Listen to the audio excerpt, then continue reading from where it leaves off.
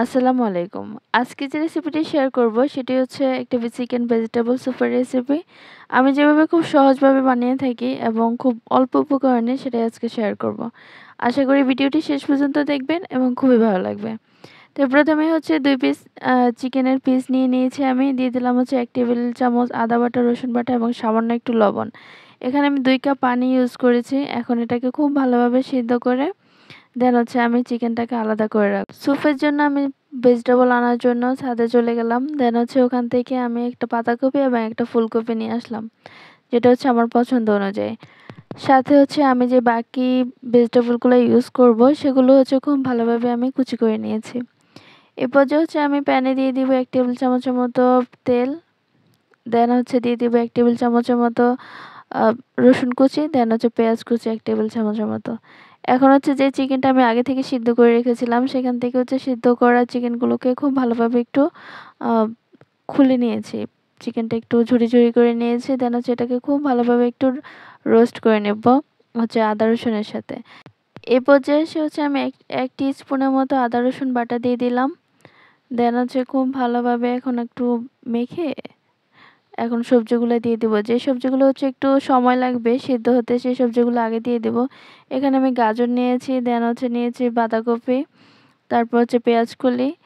এখন এগুলোকে খুব ভালোভাবে একটু সিদ্ধ করে নেব। প্রায় 80% এর মতো আমি সিদ্ধ করে নেব। এটা থেকে যেই পানিটা বের হবে সেটা দিয়েও প্রায় মোটামুটি অনেকখানি সিদ্ধ হয়ে যাবে। সাথে আমি একটু পানি এড করব যাতে ভেজিটেবলটা খুব ভালোভাবে সিদ্ধ হয়।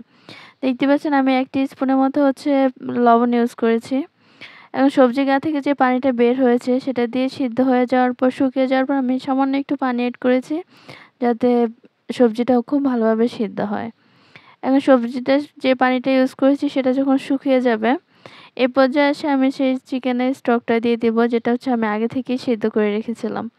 দিয়ে দিব হচ্ছে পানি। এখানে যতটুকু হচ্ছে স্যুপ তৈরি করতে চাইবেন ঠিক ততটুকুই হচ্ছে পানি দিবেন। আমি এখানে প্রায় ৪ কাপের মতো পানি ইউজ করেছি। দেন হচ্ছে বেশ কয়েকটা কাঁচামরিচ দিয়ে দিলাম স্বাদ অনুযায়ী। দিয়ে দিব হচ্ছে টমেটো কুচি। এখন এটাকে খুব ভালোভাবে একটু বলক নিয়ে নিব যাতে সবজিগুলো খুব ভালোভাবে সিদ্ধ হয়ে যায়। দেন হচ্ছে এই পর্যায়ে আমি ম্যাজিক মসলা ইউজ করেছি। আপনারা চাইলে এটা নাও দিতে পারেন। তো কি দিলে হচ্ছে স্বাদটা খুব ভালো আসে। দেন হচ্ছে দিয়ে দিব ওয়েস্টার সস, সয়া সস এবং হচ্ছে টমেটো সস। প্রত্যেকটা সসই হচ্ছে আমি ১ টেবিল চামচের মতো করে ইউজ করেছি। সয়া সস এবং ওয়েস্টার সস যদি হাতের কাছে না থাকে তাহলে দেওয়ার খুব একটা প্রয়োজন নেই। এখানে আমার কাছে মনে হচ্ছিল যে একটু লবণ লাগবে তাই আমি একটু লবণ এড করেছি। দেন হচ্ছে এখানে গুলিয়ে রাখা কর্নফ্লাওয়ার, এখানে প্রায় ৪ টেবিল চামচের মতো কর্নফ্লাওয়ার আমি নরমাল ঠান্ডা পানি দিয়ে গুলিয়ে দেন হচ্ছে এখানে ইউজ করেছি। তারপর দিয়ে দেব ১ ফালি লেবু। এখন লেবুটাকে দেওয়ার পর খুব ভালোভাবে যখন স্যুপটা ঘন হয়ে আসবে এ পর্যায়ে হচ্ছে আমি একটি ডিম ফেটিয়ে দেন হচ্ছে দিয়ে দেব। ডিমটা দিয়ে অনবরত নাড়তে হবে কারণ ডিমটা যখন না নাড়া হবে তখন জমে যেতে থাকবে এবং নাড়ার ফলে খুব ভালোভাবে একটা মিশে যাবে এবং দেখতে পাচ্ছেন কিরকম একটা টেক্সচার আসবে। নামানোর আগে আমি দিয়ে দিয়েছি ১ টেবিল চামচের মতো বাটার এবং ধনিয়া পাতা দিয়ে নামিয়ে নিলেই হচ্ছে আমার স্যুপ মোটামুটিভাবে রেডি। তো দেখতেই পাচ্ছেন এরকমভাবে যদি খুব সহজভাবে বানিয়ে ফেললাম। আজকের এই স্যুপ রেসিপিটি যদি ভালো লেগে থাকে লাইক, কমেন্ট এন্ড শেয়ার করতে ভুলবেন না। আজকে এ পর্যন্তই। আল্লাহ হাফেজ। আসসালামু আলাইকুম।